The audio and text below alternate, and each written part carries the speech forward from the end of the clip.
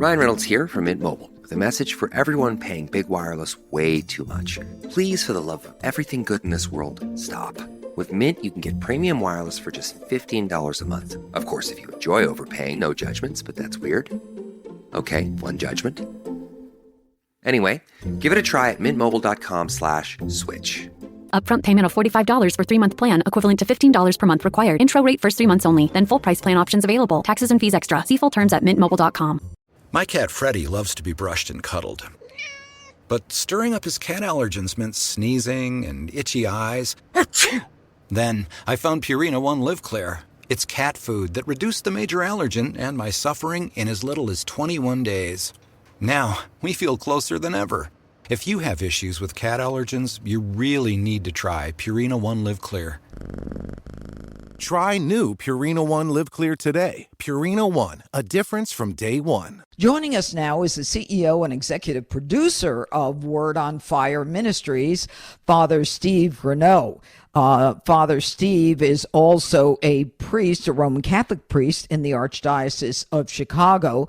But through the CEO of Word on Fire Ministries, which is a nonprofit global media apostolate, it supports the work of Bishop Robert Barron and reaches millions of people to draw them into or back into the Catholic faith.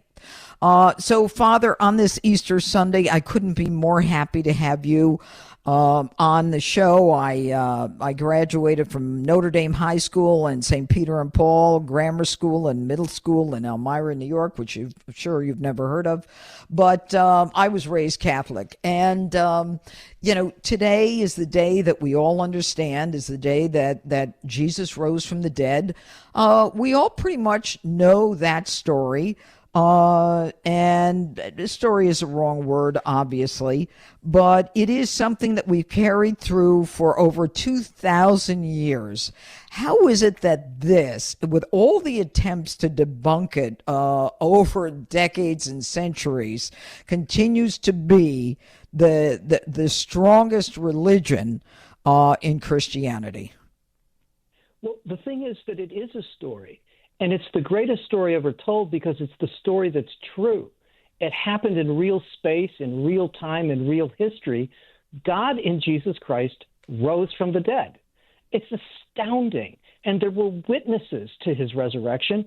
People saw him, talked to him, even ate meals with him after everyone had presumed he had been crucified, right, utterly killed, tortured and killed. And he returned to us, living, alive, in the flesh, in the same body that was crucified.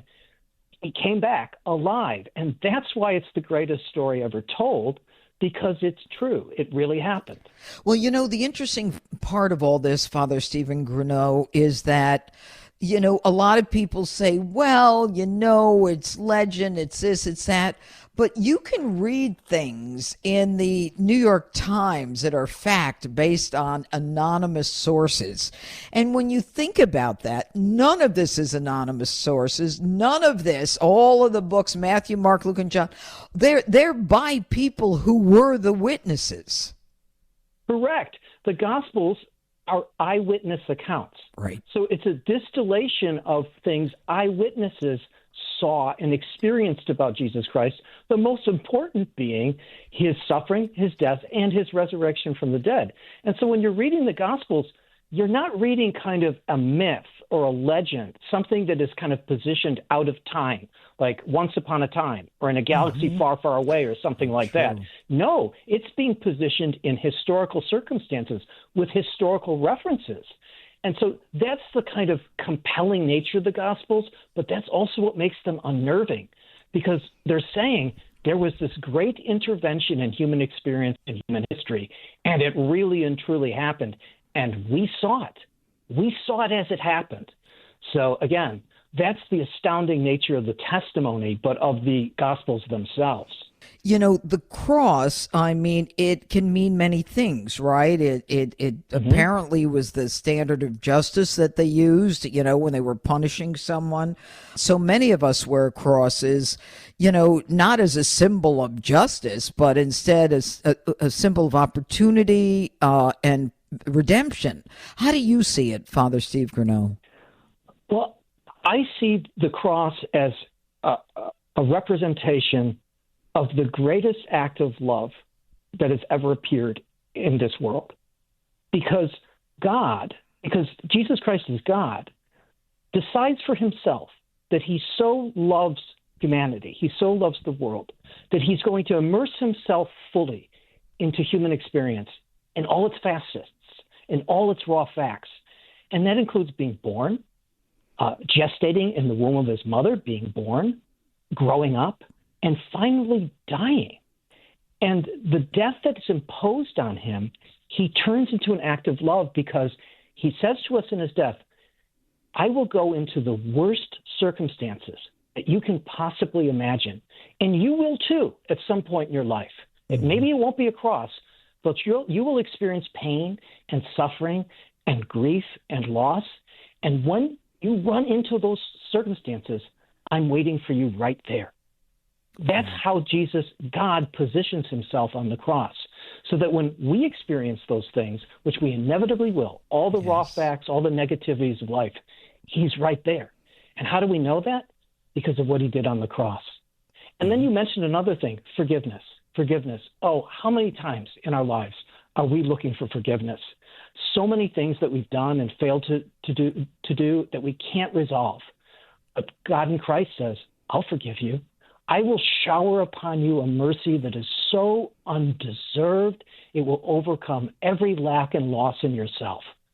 You know, I was reading a few articles before this interview, and, you know, there was a discussion as to whether or not, you know, one's faith is better kept to oneself, or, you know, juxtaposed is, you know, the individuals out there wearing faith on the sleeve and on his sleeves in a self-aggrandizing ways, you know, for value added to his life. It was kind of an interesting discussion, and how in some difficult times we hide our faith, as you could see in certain parts of the world. You know, whether it's your Catholic faith or your Jewish faith, it doesn't matter.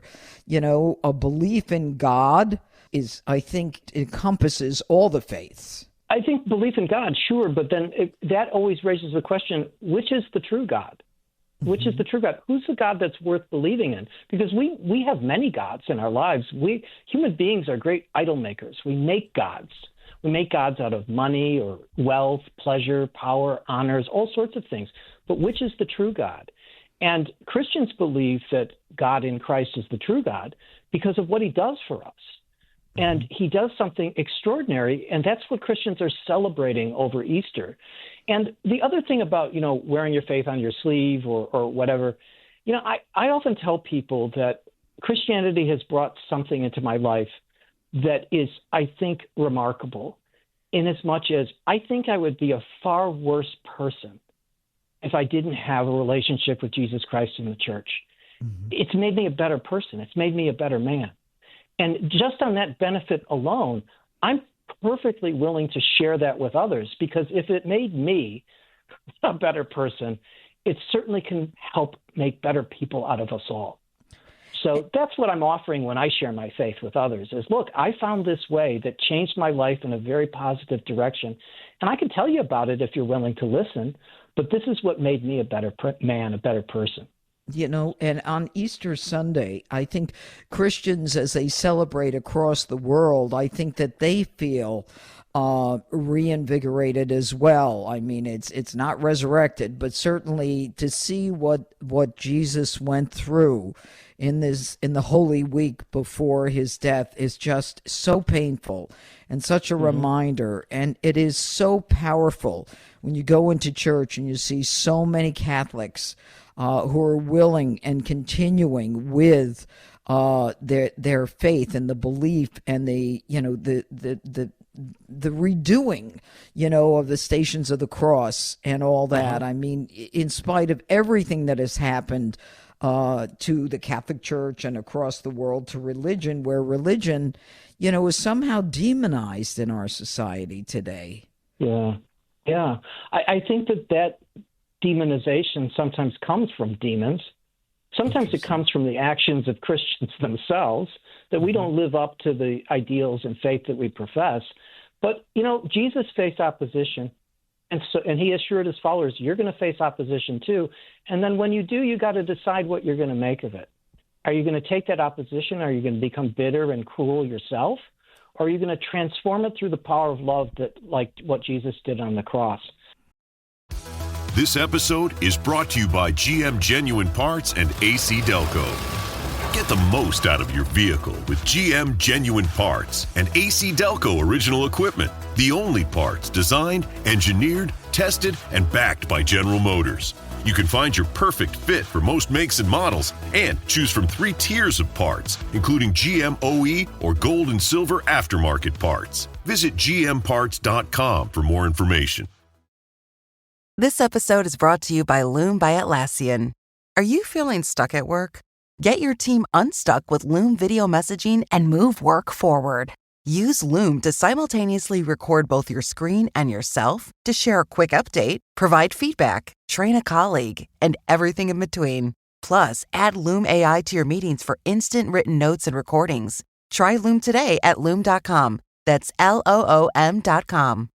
And now, 2 pigeons bemoaning the fact you can choose the TV you want with DirecTV. So now they can pick out their favorite entertainment when they sign up and save money? You mean if you like sports? You can get a sports pack. What about entertainment? Entertainment pack. It's like finding an old pizza with your favorite toppings, which for me would be pineapple and toenails. Pineapple? Pay for the TV you want, not the TV you don't. Genre pack starting at $34.99 a month. Visit DirecTV.com for more information. New residential customers only. Local channels vary by market. Services renew monthly unless you cancel online. Credit card required. Restrictions apply. Anyone can follow. It takes something special to be an original. Which is why the 2025 Lincoln Navigator SUV arrives with new ways of surrounding you in luxury, including the ultra-wide 48-inch panoramic display and the multi-sensory Lincoln Rejuvenate experience. A true original never stops evolving. So meet the 2025 Navigator, the original that's all new and better than ever. Learn more at Lincoln.com. Lincoln and Navigator are trademarks of Ford or its affiliates. All right. Father Steve Grunow, I want you to hang on for a moment. We're going to go to a quick break, but I want to come back to you with a question before we end this interview. Hold on. Sure, Thanks for being with us. Sure. I'm going to continue the conversation that we've been having with Father Stephen Grunow of the Archdiocese of Chicago, talking about Easter and the Catholic religion. Father, again, thank you for being with us. What is, how can Catholics continue with the religion over the next few months? You'll see the churches are jam-packed on, Easter Sunday, and people are engaged and people are enthused and happy about this holiday. It is a happy holiday, happy Easter. Mm-hmm. How do we keep Catholics engaged over the next few months when there aren't any events for us to celebrate? Mm-hmm.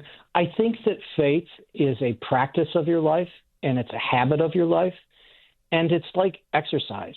If you don't exercise, it gets harder and harder to do. And people are occasional exercisers a lot. They'll do a little, but then they'll give up on it.